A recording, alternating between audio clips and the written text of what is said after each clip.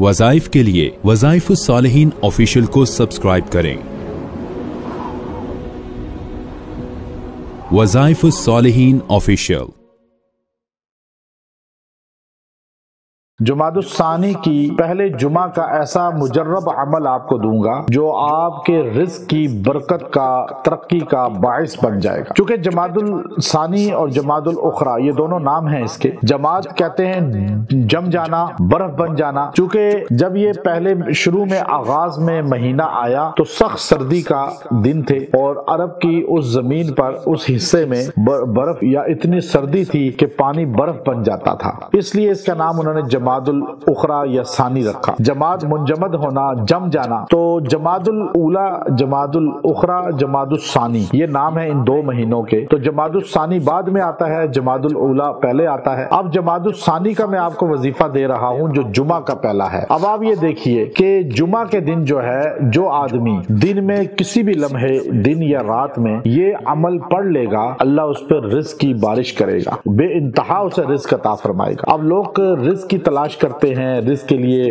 दर बदर फिरते हैं, अपने बच्चों को छोड़ जाते हैं और किस तरह अपने प्यारों को छोड़कर परदेश में किस तरह तंगी की जिंदगी गुजारते हैं। पूछा जाए किस लिए तो वो कहेगा रिज़्क की तलाश के लिए। अब आप मैं बताऊं कि हम थोड़े दिन के लिए ट्रैवलिंग पे जाते हैं, सफर पे, और बड़ी आसाइश में होते हैं, लेकिन फिर भी हमें अपने घर की याद होती है कि हम 8-10 दिन बाद वापस घर आना चाहते हैं। वो लोग जो 2-2, 3-3 साल घर वापस नहीं आ पाते, परदेश की जिंदगी गुजारते, और ऐसे लोग बड़ी तादाद में हैं पूरी दुनिया के अंदर। पहले तो उनके बच्चों को सोचना चाहिए कि वो ऐसे अपने वालिद की कदर करें, और अक्सर बच्चे उनकी कदर नहीं करते।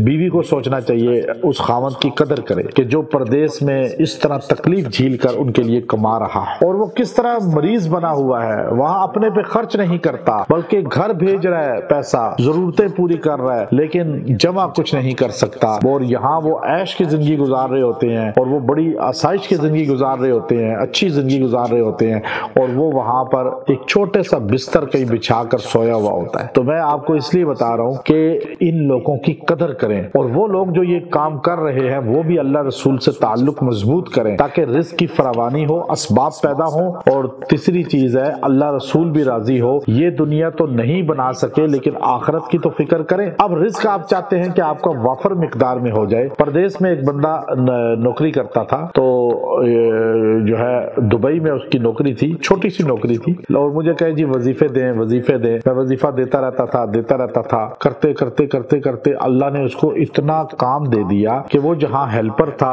वहाँ उसको तरक्की मिली। फिर उसको उन्होंने उसका एक शोबे का इंचार्ज बना दिया, फिर उसे उसमें एक जगह कमीशन पे रख लिया, फिर यहाँ तक कि उसकी बीच में उनके एक पार्टनरशिप हो गई, एक उसके शेयर हो गए, और आज वो बंदा वहाँ टॉप का बिजनेसमैन है, और अल्लाह ने उसे इतना माल अता किया है कि उसकी अपनी वहाँ गाड़ियां, यहाँ उसके घर और बेहतरीन बंगले बना लिए उसने। तो कहने लगा जी बस अल्लाह का एहसान है, अल्लाह ने मुझे दे दिया। तो मैं उसे अक्सर कहता हूँ कि तुम अल्लाह का शुक्र अदा किया करो, अल्लाह ने दिया है। आपको जो नेमत मिलती है उस पर शुक्र अदा करेंगे तो अल्लाह उसे और बढ़ा देगा। जब गुनाह करेंगे, नाफरमानी करेंगे, अल्लाह वो भी छीन लेगा। तो ये मुजर्रब अमल जो मैं आज आपको दे रहा हूँ, जिससे कई लोगों को अल्लाह ने माल की फरावानी दी। आपने जुमा के दिन बैठकर यकसुई से किसी भी वक्त ये आपने पढ़ना है, ला इलाहा इल्ला अंता सुब्हानका इन्नी कुन्तु मिनज़ ज़ालिमीन। ये आयत करीमा है, 300 मरतबा पढ़ के दुआ करें, अपनी तकलीफ दर्द अल्लाह के हुजूर पेश करें, अल्लाह से मांगे, अल्लाह देगा, तो अल्लाह आपको सुरखरू करेगा। और मस्जिद में मर्द हज़रात जाके